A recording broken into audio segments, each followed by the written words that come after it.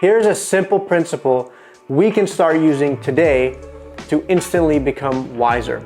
It's found in Proverbs chapter 6, verse 6, 7, and 8. And in this proverb, we're told to draw inspiration from an extremely unlikely source of wisdom. Usually we look to people who have attained higher or achieved more than us. However, in Proverbs chapter 6 here, God is telling us to look to an ant for wisdom. In verse 6, he says, "Go to the ant, you sluggard. Consider its ways and be wise.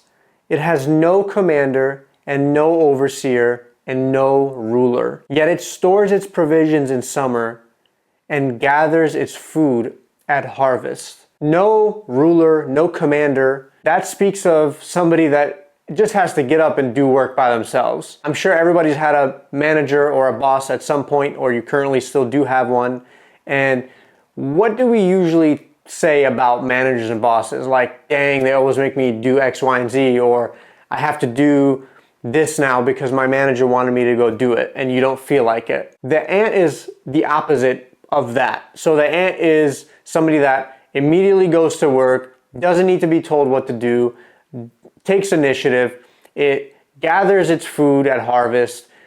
And essentially what God is saying is, be a self-starter, be motivated. Don't always have somebody telling you to go do something. If you want to achieve something in life, or if you want to start your own business, or if you want to do anything, if you want to start a ministry for God, or if you want to start making income, or if you want to move up in your job, people like self-starters.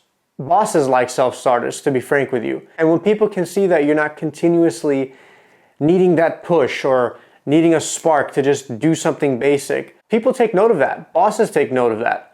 And then promotion comes. And more importantly, I believe the Lord takes note of that, because the Bible says, whatever you do, do it with all your heart, like you're doing it for the Lord. What is the ant teaching us? Be a self-starter, be motivated, and get things done. I'm sure there's times the ant looks and he's like, dude, I just don't feel like gathering. I don't feel like building my little colony. I don't feel like getting my food and saving it for harvest.